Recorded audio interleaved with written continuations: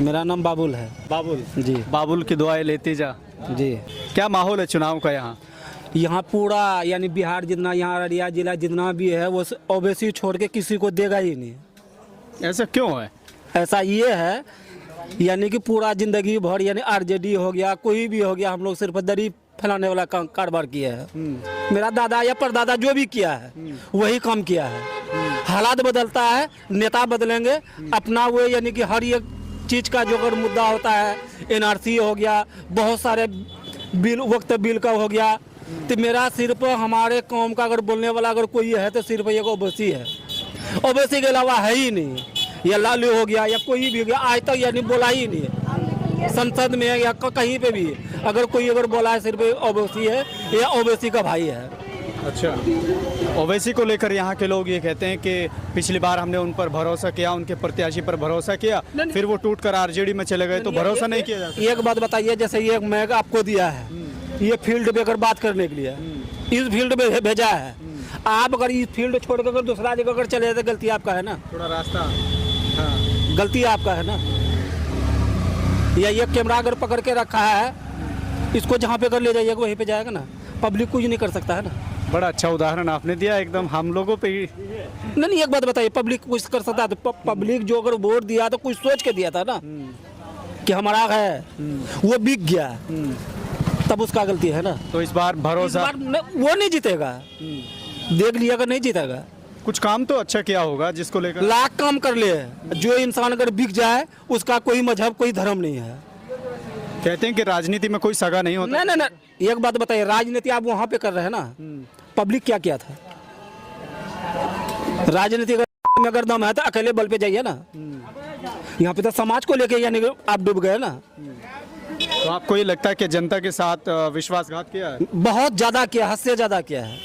इस बार चुनाव का समय नज़दीक आ रहा है, तो 25 में चुनाव भी होने, तो वोट मांगने के लिए जब वो लोग आपके बीच आएंगे तो क्या उनसे मांग करेंगे? वोट मांगने के लिए अगर आएंगे तो कितना पब्लिक तो जूता से मारेंगे उसको, और कितना को मार चुका है। क्या बात है, ज़्यादा गुस्से में है क्या यहाँ के लोग? और जूता खाएगा इस बार। अगर फील्ड पे अगर आए, जो अगर बिक गया है फील्ड पे आएगा, वो जूता खाएगा। तो यहाँ से जैसे आरजेडी की तरफ से शाहनवाज का अभी मान रहे हैं, भ्रष्ट है वो तो, और भ्रष्ट है, इस बार नहीं जीत पाएगा। सरफराज आलम के बारे में क्या सोचते हैं? नहीं, सरफराज अगर मान ले जैसे पतंगा का टिकट लेकर आएगा तो फिर वो जीतेंगे। अच्छा, हाँ, अगर वो आज़ाद तौर पर लड़ते हैं, कई लोग कह रहे हैं कि वो आज़ाद, फिर वोट कटेगा ना, फिर वोट कटेगा ना।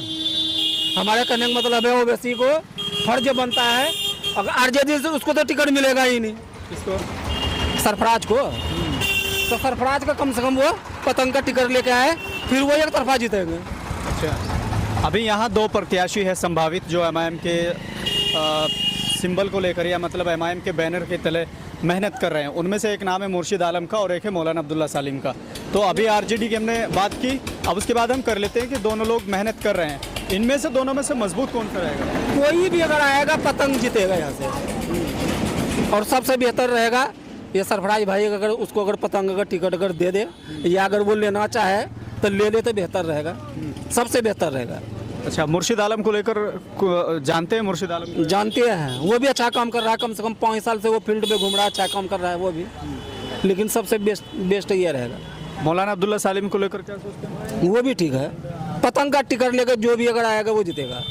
जिस तरह से हमने देखा कि कोई भी अगर आएगा पतंग का टिकट लेकर वो जीतेगा। अब्दुल्ला सालिम एक बड़ा फेमस चेहरा है, तो यहाँ के लोग कैसे मानते हैं? मतलब बड़ा चेहरा यहाँ के लिए फेमस चेहरा हुआ, वो फील्ड में काम किया है, तब ये तो फेमस चेहरा है ना। एक दूसरे के दुख सुख पे अगर खड़े रहते हैं तब ये तो जानता है ना उसको, चाहे वो हिंदू हो चाहे मुस्लिम हो, सबके लिए खड़े होते हैं ना वो। जाते हैं सबसे मिलते हैं वो। हाँ, सबसे मिलते हैं ना वो। लेकिन सबसे बेहतर ये रहेंगे सरफराज भाई, अगर सबसे बेहतर रहेंगे। पतंग छाप में देंगे वोट और किसी को नहीं देंगे। क्या कह रहे हैं आप? अब आप बताएं। हम बताएं ना कि पतंग छाप में वोट देंगे हम तो। पतंग छाप से कौन है? जो भी आएगा।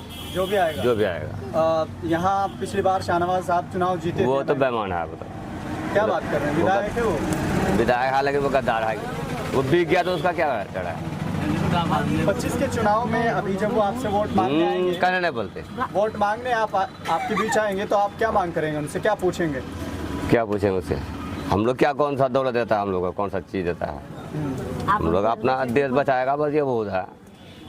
तो यहाँ के लोगों को आपको लगता है कि धोखा दिया उन्होंने? हाँ धोखा दिया है कि इस बार विधानसभा चुनाव में आप उनसे क्या कहेंगे कुछ? हम लोग तो बस एक ही बार आएगा पतंग साहब को वोट देंगे, चाहे जो भी आएगा, जो भी आए। जो भी आएगा, अभी 2 लोग तैयारी कर रहे हैं, जैसे हाँ। मुर्शिद आलम हो या मौलाना अब्दुल्ला चाहे साहब। जो भी होगा पतंग साहब में उसी को वोट देंगे।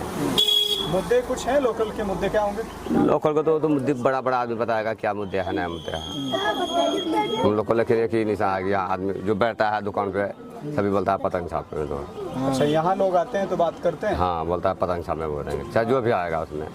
टिकट जिस काम के बारे में बात कर लेते हैं। हाँ। कैसे चल रहा है आपका काम? हमारा काम तो ठीक चल रहा है। ठीक चलता है। तो इस बार यहाँ के आपको लगता है कि ये सीट एमआईएम निकाल पाएगी, जीत पाएंगे यहाँ? अब देखो उसका मुकद्दर में जो होगा वो आगे देगा, लेकिन यहाँ का माहौल जो बताता है कि नहीं पतंग साहब में वोट देंगे। यहाँ आप कह रहे कि लोग आते हैं बात करते हैं तो पतंग के बारे में? हाँ पतंग के बारे में लगभग कितने 10 लोग अगर बैठे हो तो 10 में से कितने लोग बात करते हैं? सभी एक ही बात बोलता है पतंग साहब, पतंग साहब। पतंग साहब। टोटल लोग? टोटल लोग। हवा बनी हुई है क्या? बनी हुई हवा है। किसने बनाई है?